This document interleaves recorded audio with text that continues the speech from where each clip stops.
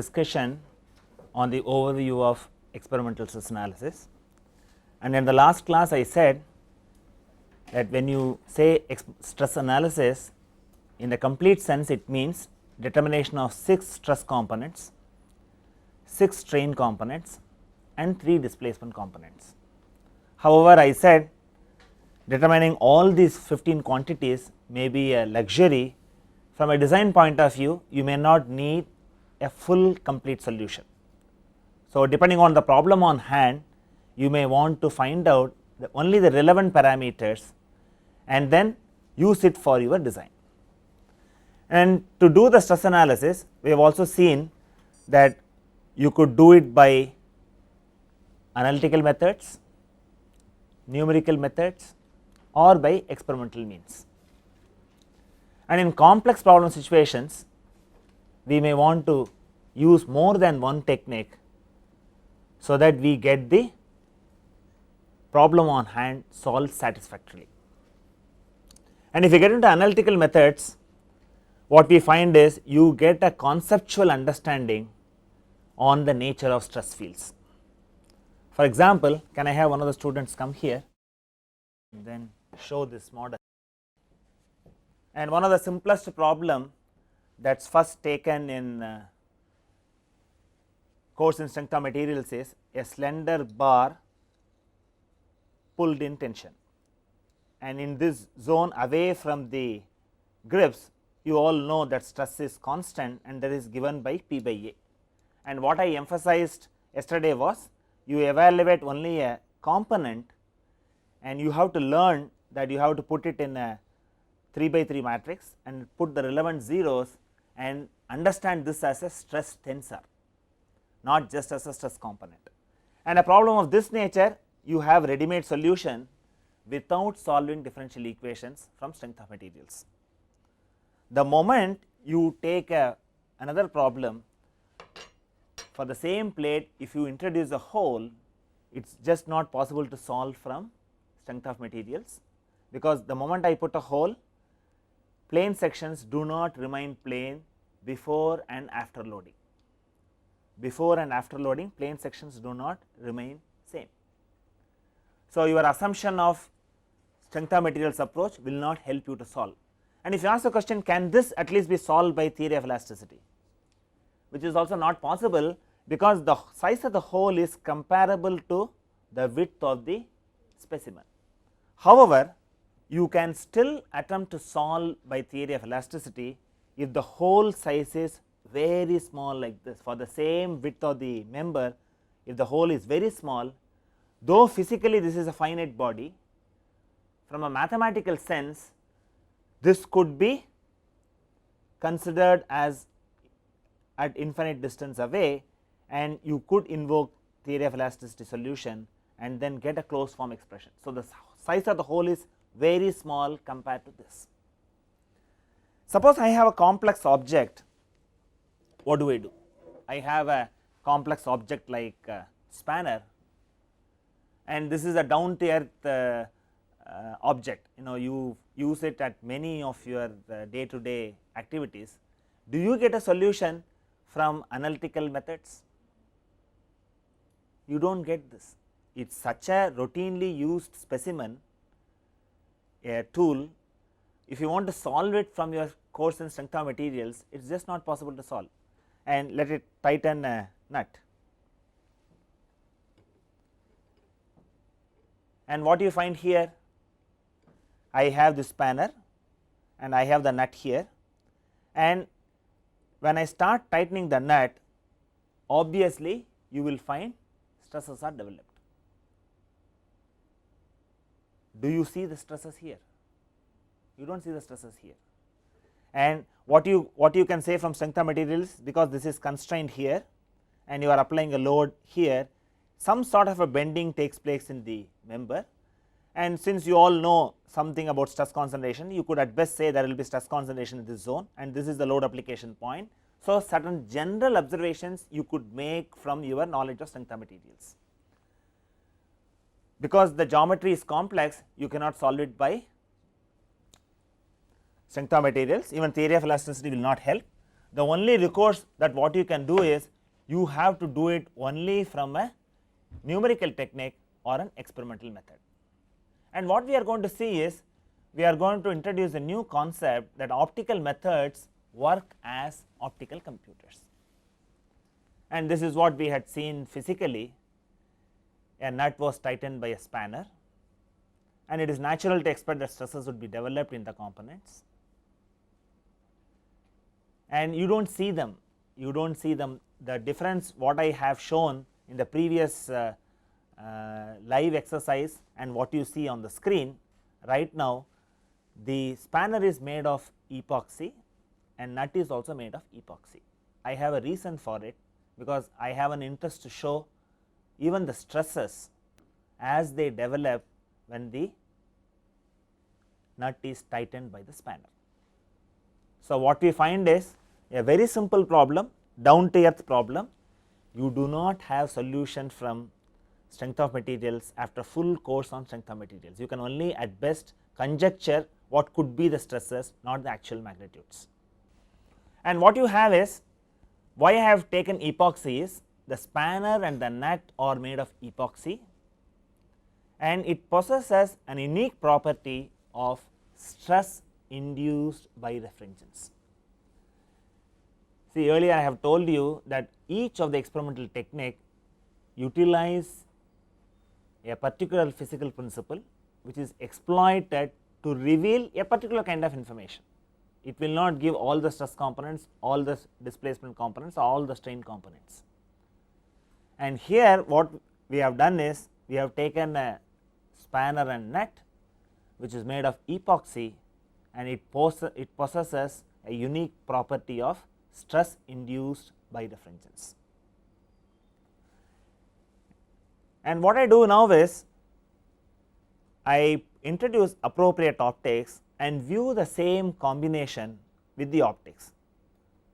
Optics is not shown here in the screen, but you will see the effect of optics seen on the image.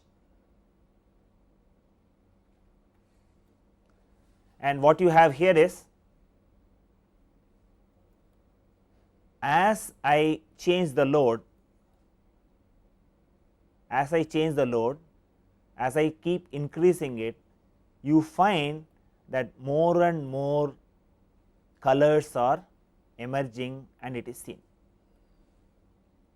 So, what it shows is whatever the colors that you see are a function of the load applied, and I would like you to make a sketch of this in a reasonable manner, at least for the spanner. Forget about the nut, at least for the spanner you make a reasonable sketch of the spanner. And you should thank the nature, these are not artificial colors, it reveals the stress information in the form of such rich colors. The colors are very nice, and normally when you go for a computer plot, you usually plot to indicate what is of a high value as red and low value as blue, and you have a grayscale suitable for different application. But here the colors are seen naturally, and nature wants to reveal the stresses in colors to enthuse the experimental mechanics person to conduct the experiment. And I would like a reasonable sketch of it, capturing the salient features. Okay. And what you have here is, you have stress concentration, this is the load contact point, and you have stress concentration here, and you have the fringes developed on the edges, and you have seen very clearly,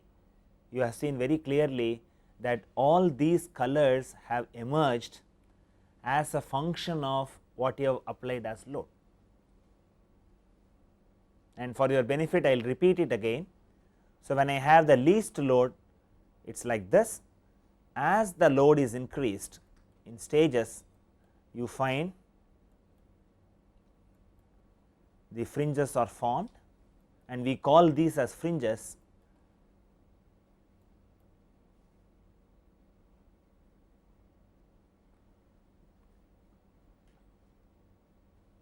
And what you get here? I get first information I get is I get this over the entire spanner, I get information. So, I get a whole field information from an experiment, a whole field information from an experiment.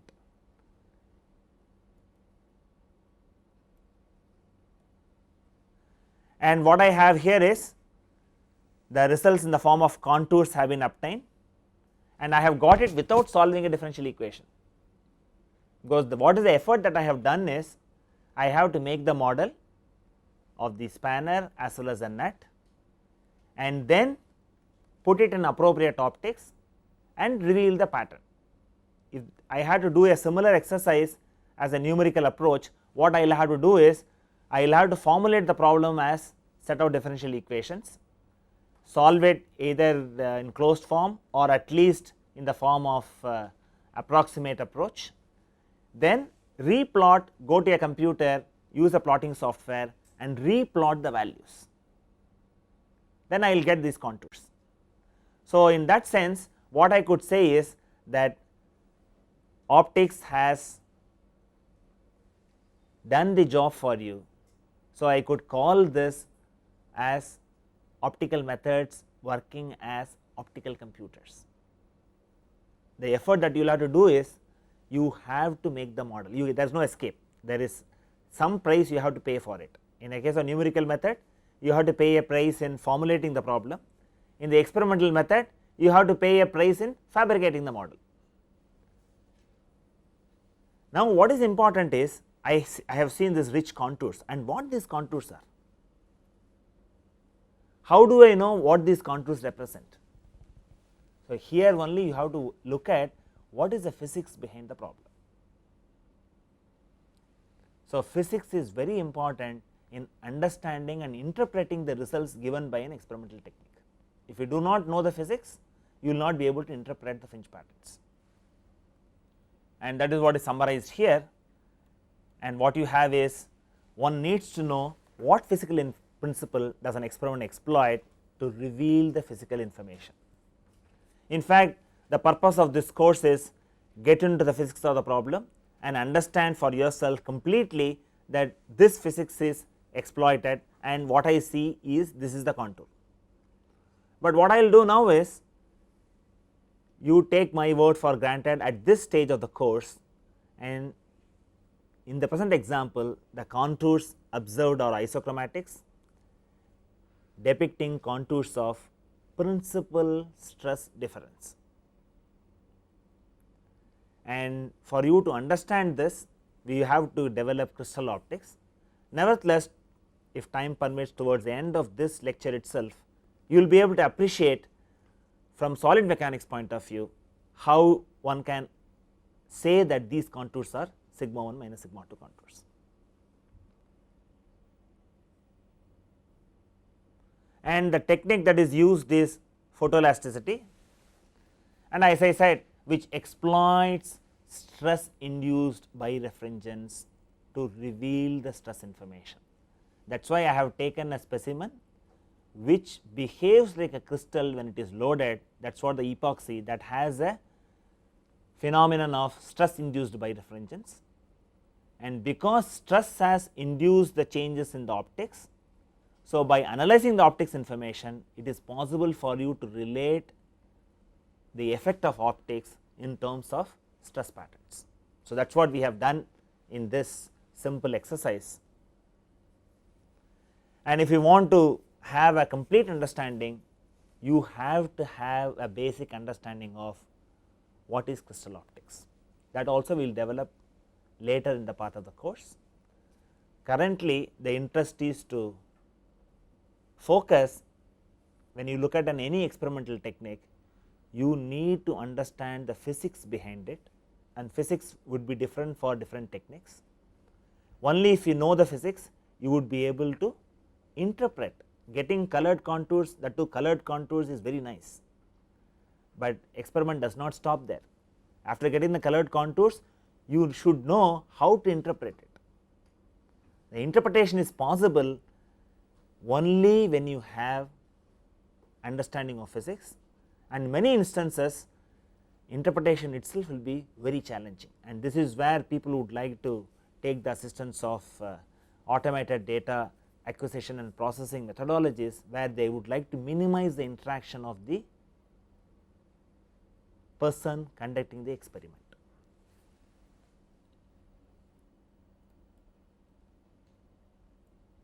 And you have to understand, you will be surprised, many of you have done in your physics course, you would have done an experiment on finding out the refractive index of a glass, and you would have just got a number, and you would have thought, like in the case of introducing strength of materials, you take a slender member and then pull it, and then you find out stress introduced is P by A, you think that it is a scalar, because you are only looking at the component where you are looking at the value, you are not looking at totality of the stress at a point of interest.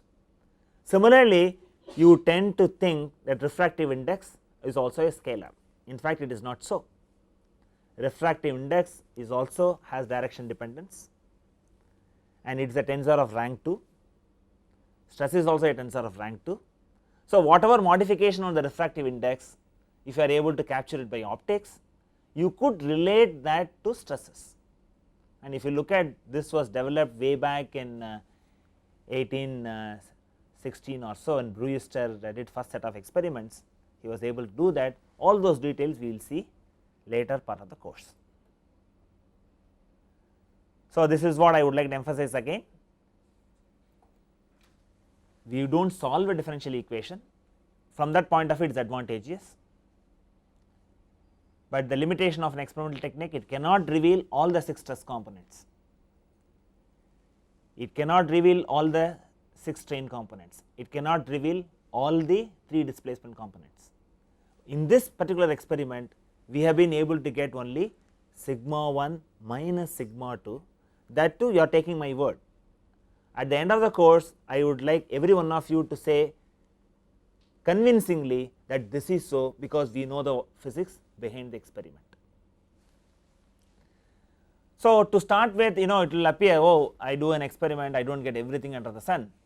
It may look like a limitation, but this is not a serious limitation, and this is where, as an engineer, you have to apply your engineering acumen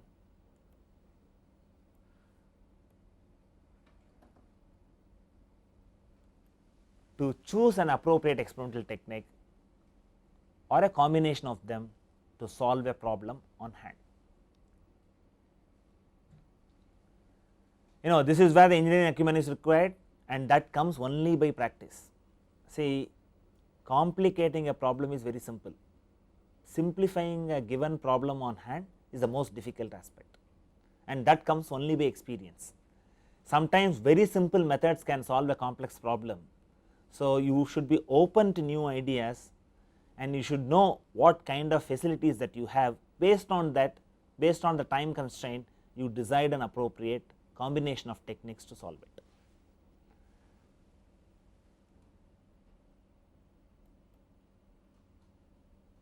And another word of caution I would like to say,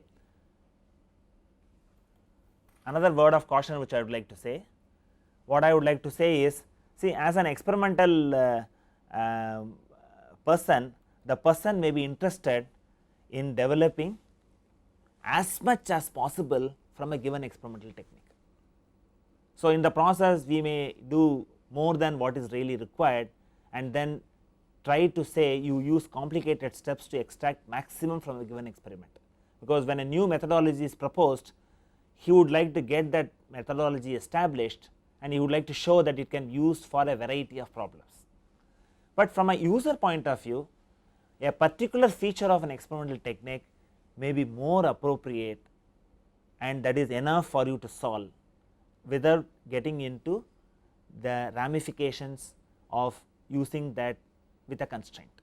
So, as an user, you should also use only those aspects of an experimental technique which are appropriate for your problem on hand. And that is what I said.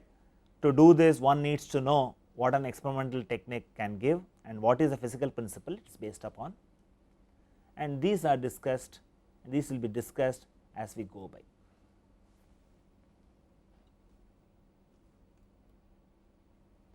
And what you need to know now is, for each of the experimental technique, what is the information that it gives directly. You may want to use this information and use your mechanics of solids or other methods to process this information to get additional data. That is a different aspect, but basically when you exploit the physics, what is the information that you get out of it, and that you need to know. And in photoelasticity, you get principal stress or strain, because photoelasticity has a transmission approach, you get principal stress difference. If you use a reflection methodology for analyzing prototypes, you can get the principal strain difference, and you can also get the principal stress or strain orientation. So, if you look at photoelasticity, it can give only these information, it cannot give you normal stress components or shear stress components, but shear stress components, if you know principal stress difference and the theta, you can process it and get it, but directly what it gives depends on the physics, because the physics we have already seen at least partly that it uses stress induced by refringence, and from that you will be able to find out difference in principal stresses directly. So, you get only stress information from photoelasticity, and if you go to geometric Moire, geometric Moire provides directly only in plane displacements or out of plane displacements. And what you will have to do is, if you want to get in plane displacement, you should go for a particular optical arrangement. If you want to go for out of plane displacement, you should have some modification in the optical arrangement, and even if you want to get U displacement, you should have gratings oriented in a particular way.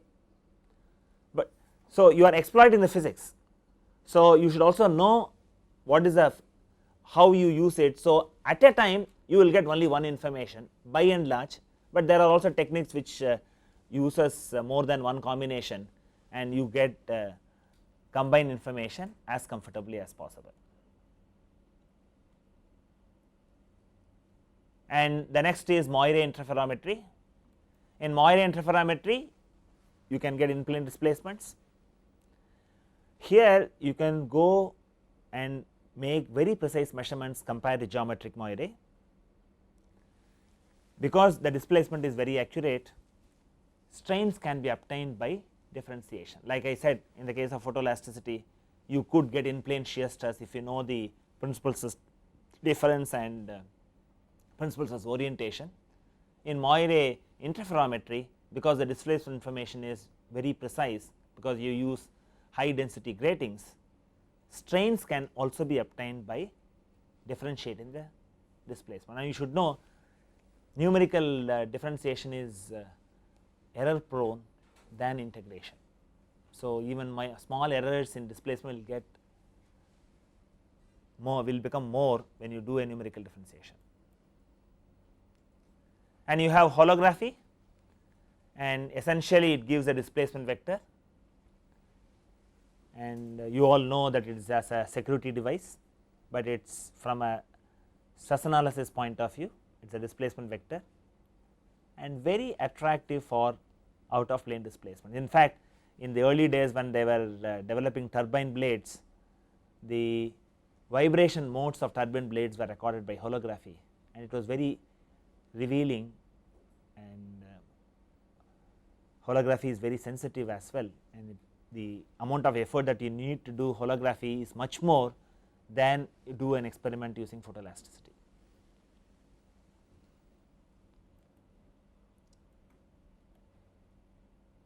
And you have another experimental technique, the name itself signifies I use a coating which is brittle, and this directly provides principal stress direction. So, I think right now you will know that we have seen variety of experimental techniques, some give only stress information, some give only displacement, and some give only principal stress direction. So, depending on what you want, so from as an analyst you should know what you want, and based on that you should select the experimental technique. Then you have Speckle interferometry, which is a variation of holography, and which gives in plane displacements, and you can also get out of plane displacements. Yes? Could you explain in-plane and out-of-plane displacements? See, when you are looking at 3 displacement components u, v and w, in-plane displacement means you are essentially looking at u and v displacements, and if you are looking at, if you want out of plane displacement, that is a w component, then it is out of plane displacement. Particularly in a mode shape, you have essentially vibration perpendicular to it, and then you will see that easily captured by holography. And for each of this you need to have appropriate optics. The optical arrangement is very important, which tells you which one you get, and we will definitely spend time on each of these techniques later to see what is the optical arrangement. The initial exercise now is to know in our mind that what an experimental technique can give directly. And then you have a shearography, which is a variation of speckle interferometry, and which is very popular in non-destructive testing, where you can find out slope and curvature. For example, when they make honeycomb panels for satellites, all of these honeycomb panels have to go through a screening test before it is assembled on the satellite, because you do not want to have any surprises when the satellite is launched, and you have to see whether that honeycomb panel, the top sheet is glued properly with the honeycomb, and if it is not glued properly, you have to use a non-destructive testing, and shearography is a very ideal tool where you could do the test on the complete panel, satisfy yourself that it is free of defects or defects within permissible limits, then you allow the satellite to be fabricated. Then the next technique you have, which is a very recent origin, it is about 10 years old, is digital image correlation, and this again gives in plane displacement, out of plane displacements. You may also wonder, I do not have one experimental technique which gives only in plane displacements. I have many experimental techniques to measure in plane displacements. And for example, even you go on, yesterday I mentioned that you have to measure the length. Length you can measure by tape, length you can measure by scale, you can measure by vernier, and when you are using a vernier you have a least count. When you go to screw gauge you have a much finer least count, and when you go to optical methods you still talk in terms of wavelengths. So similarly, when you look at experimental techniques also, you can get information of varied accuracies from each one of this. So you will also have to know, say suppose I want to work on rubber, I am going to have large displacement. Digital image correlation is very ideal. I do not want to measure large displacement with a very fine measuring instrument. Suppose I want to work on nanostructures and I want to see in nano devices what is the kind of displacement, I would naturally go to holography and then find out the displacements. So though each technique gives seemingly similar information, the physics what we have used or what we have exploited dictates the possible level of accuracy. And what I would say is physics as well as the technology. Physics may be same, but if the technology is improved, then also you can improve the accuracy of evaluation. And another non-contact technique what you have is thermoelastic stress analysis, and this gives only change in sum of principal stresses or strains under cyclic or random loading. And you all know fatigue loading is very common in actual structures. So for handling problems of this nature, thermoelastic stress analysis has come into play, particularly for high temperature measurements. You want to have non-contact measurement, this method has been developed. So directly it can give change in sum of principal stresses. Photoelasticity gave difference in principal stresses, thermoelastic will give only change in difference in principal stresses. So that means the physics what you have used demands or it is capable of giving only that information. Okay. And here it uses the temperature developed because of stress applied, that is what you basically the information is used. Yes. It is non-contact thermal. See, most of the optical techniques are non-contact. If you look at the optical techniques, they are all non-contact techniques. Now I am showing strain gauges. When you go to strain gauge, what do? You actually take a strain gauge, paste it on the specimen. So if you paste it on the specimen, you are disturbing it. Any coating technique, whether it is brittle coating or photoelastic coating or strain gauges, it modifies the stress pattern to an extent. On the other hand, if I do not make any contact with the specimen and I just send only light waves and then receive the light waves, like what I do in transmission photoelasticity or what I do in digital image correlation or in holography, you have a non-contact application. Okay. And this is what I would like to emphasize. See, when you look at strain gauge, people think strain gauge gives strain. They talk loosely. It does not give strain, it gives component of strain. There is a fundamental difference between strain and component of strain. Strain is a tensor of rank 2. When you say strain, you indirectly imply it is strain tensor, but a strain gauge, a single strain gauge can give you only component of strain along the gauge length of the strain gauge. This is a very subtle and very important information. So if I have to find out strain tensor in a 2-dimensional situation, I need to use 3 strain gauges. I cannot measure strain tensor with 1 strain gauge. So if you only if you understand a single strain gauge gives component of strain, so you have to come out of your earlier understanding of strength of material. You have looked at as components. Many of you may not even recollect that stress is a tensor and strain is a tensor. You still think in terms of that as only numbers, and the danger is that you may even think that it is a scalar like a temperature. It is not so, it is a tensor, tensor of rank 2. Whether you understand or not, material understands a tensor, because if you break the material, the failure planes are dictated by whatever the failure criteria, that depends on stress is a tensor. And we have also noted what is caustics.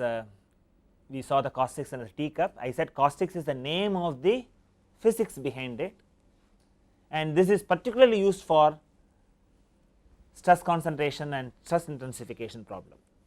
See, if I take photoelasticity, I can do it on regions which is not under stress concentration, uniformly loaded also I can get information.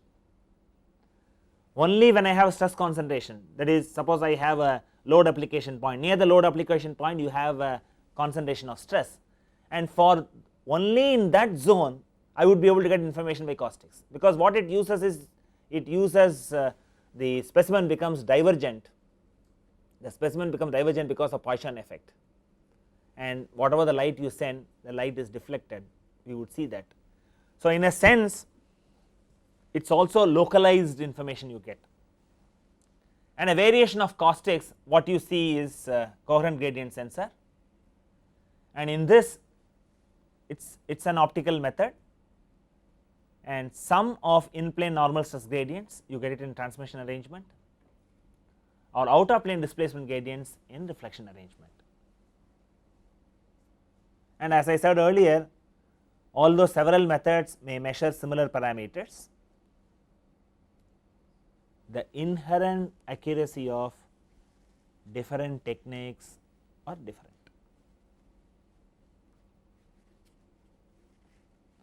So is there any question at this stage?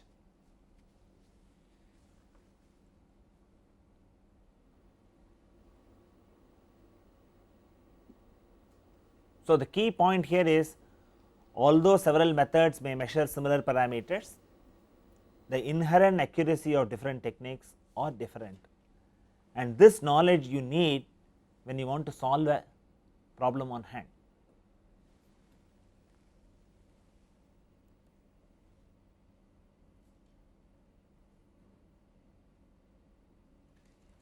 And sometimes you may want a high accuracy, so demand on accuracy may also dictate the particular choice of an experimental method in relation to other techniques.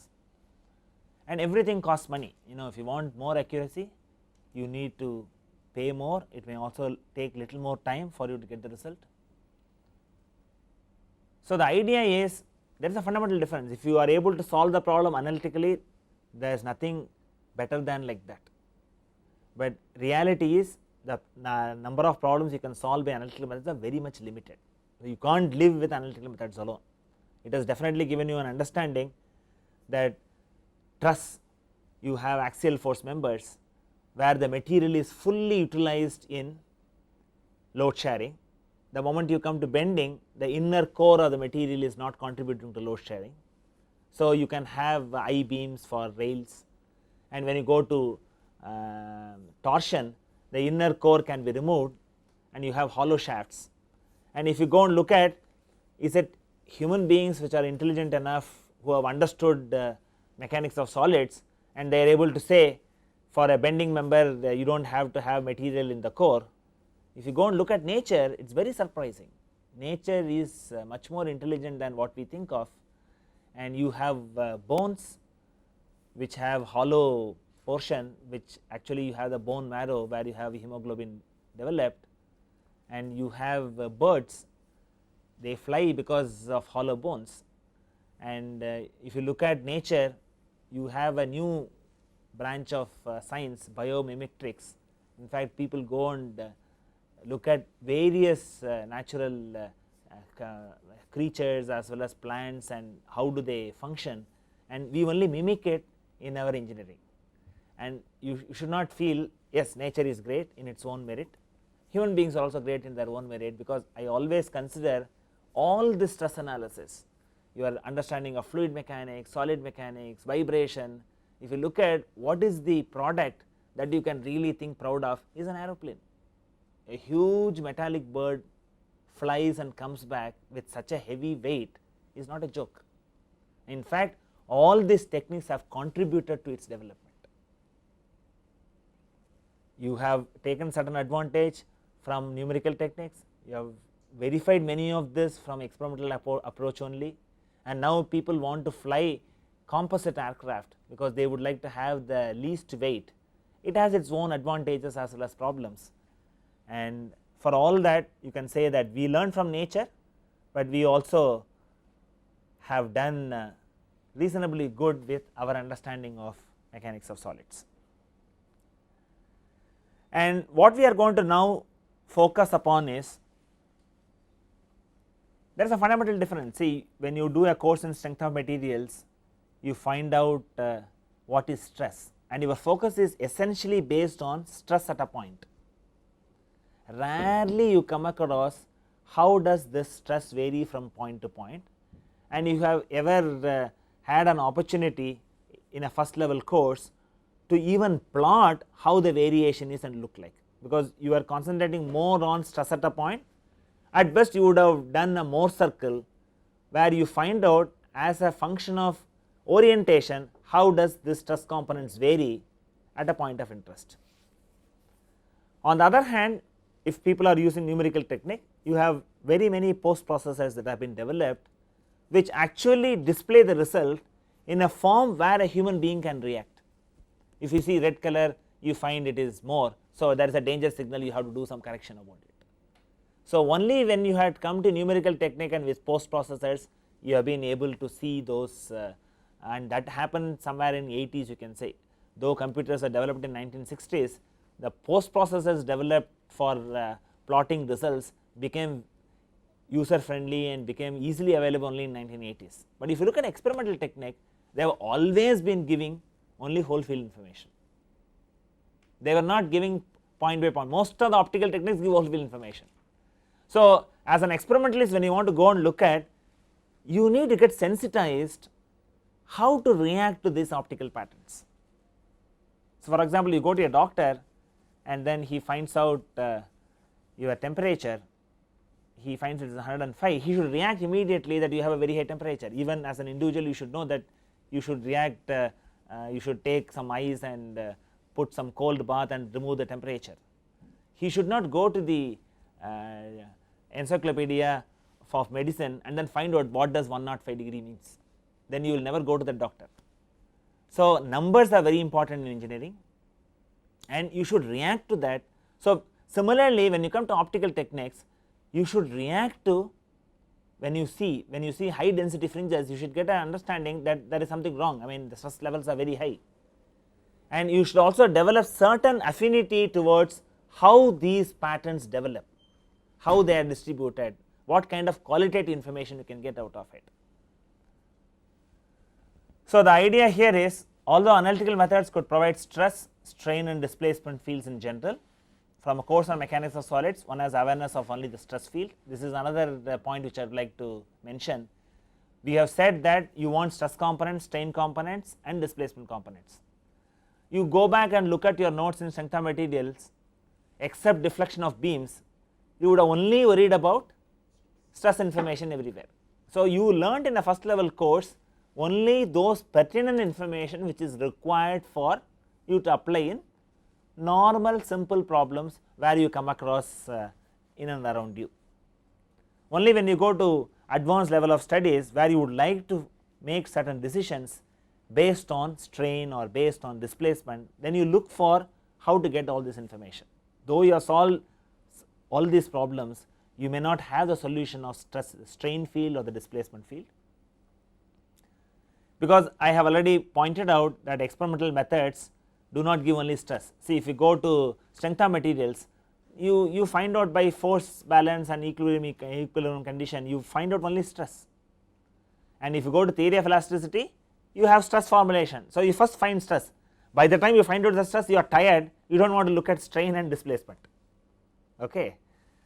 And if you go to finite elements, essentially there are methods which use stress, but essentially it is a displacement based. Initially you find out displacement, then your software itself converts your displacement into strain and also converts this as stress, and with modern post processors it also shows the variation like what you see in an experimental technique dynamically. Okay. So, what you need is, when you want to have appreciation of experimental technique, for simple problems you also need to know stress field, strain field and displacement fields. So, you become sensitive to appreciating field information rather than point information. See, while developing stress as a tensor, you need to know how does it change from plane to plane. If you take a point, how does it change from plane to plane is very, very important. So, from that was the focus, and you know a rudimentary knowledge, that is stress concentration, you do not go beyond that. But once you come to experimental technique, you need to have this appreciation, and I want you to be good engineers and not refer the reference books for simple things. Okay. So, what we are going to look at is, we are going to look at in the subsequent slides stress as well as strain and displacement information for some of the benchmark problems, because it is always better you go from known to the unknown. You have already done some of these problems in your course in strength of materials, and look at again those problems with a different perspective, see what all you have got and how the contours will look like. So, this will also indirectly say that whatever the contours I have seen in an experiment, by pattern matching you can say that yes, if I plot sigma 1 minus sigma 2, it looks like this, and I see the same thing there. So, this should be sigma 1 minus sigma 2, I can go. And I have taken in all 5 problems, and they are also done with a graded level of complexity. So, one of the simplest problem which I have taken is beam under 4-point bending. That is the first problem to start with, and why I have taken this is, you have closed form solution by strength of materials. So, that is what you have done in a course in strength of materials. So, you know completely the story of beam, leaving the points of loading regions away from it, you know what happens in beam, and I am sure you would have just looked at stress field. I do not think you might have looked at strain field or displacement field, we would see all that. Okay. Then the next problem is cantilever beam. Why I have taken this is, see, in a cantilever though you apply Flexion formula and so on, you actually have shear which makes the planes do not remain plane before and after loading. Because shear effects and bending effects are not coupled, still the solution from strength of material is valid, and that is why good books term this as engineering analysis of beam. There is a subtle difference between analysis of beams where you say mathematically correct, engineering analysis, and understand engineering means approximation. We cannot do engineering without approximation, and you do that right at cantilever beam. And you know, you have done cantilever beam, simply supported beam, clamped capped beam, all those problems except beam under 4-point bending, they are all only engineering analysis. So, you make approximation. And the next problem is disk under diametral compression. See, what you have is, this is what we had seen in the last class. I have a shape like this. When I have the bar, when I pull it, strength of material is good. The moment I put a hole, I cannot do by strength of material. Suppose I change the shape to a circle and I put compression, and this is the most celebrated model that you use in photoelasticity. You do not have a solution from strength of materials, but you can definitely find out a closed form solution from theory of elasticity. I can use Boussinesq solution and get the stress field at every point in the model. Every point in the model I can find out. I can find out at every point in the model. And this solution is also very important for you to note it down. Then I will have clamped circular disc with a central load, and I will show this little bigger. And what you have here is, I can find out W, that is outer plane displacement, dou W by dou x is slope, dou square W by dou x squared is curvature. Similarly, I have curvature in the other direction, dou W by dou y and dou square W by dou y squared. Because this is a standard benchmark problem when you want to go and establish techniques to measure outer plane displacement. And for this also you can get the solution available from theory of elasticity. It is possible to find the solution. And finally, we come back to our celebrated problem, spanner, tightening a nut, and due to complex nature of the geometry, only a numerical solution is possible. Experimental solution is always possible for all these problems. Understand this, analytical problems gives you conceptual understanding. If you are able to solve it analytically, they are the best. But the reality is, beyond certain simple geometry and simple loading conditions, analytical methods are not possible to attack all problems on hand. Numerical methods solve it approximately. When you come to experimental methods, it gives you truth. If my numerical method does not match with experiment, I should go and find out have I applied the boundary condition correctly. If my analytical method does not match with experiment, then I should go and verify whether the analytical method has made certain approximation, and you have to refine that approximation. So, finally, experimental methods are the truth, it provides you truth. So, you have to judge the other techniques based on experimental methods alone. And for all these cases, relevant experimental contours also we will have a look at it. So, the idea is to get yourself sensitized on appreciating whole field visual information. I want you to react. See, as towards the end of the course, we will see the necessary optical arrangement, we will also mathematically develop how these contours are, all those development we will do. But this knowledge will become reinforced even to start with for simple problems, how these contours look like.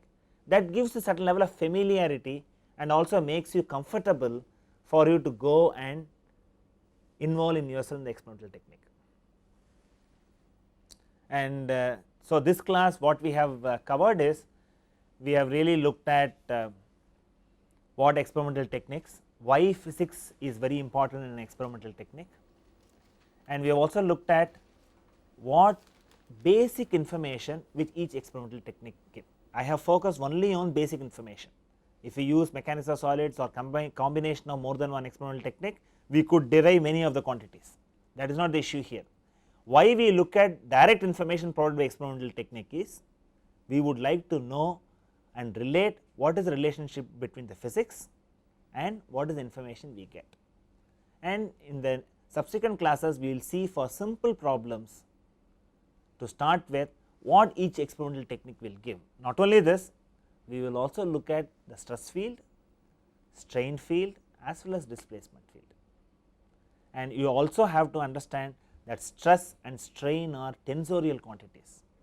So, all that we will look at, and for us to carry forward, you need to have certain basic understanding on solid mechanics. Some of these concepts have to be recapitulated, and in this with this in view, I have the first assignment sheets ready, and this you submit it in about a week's time.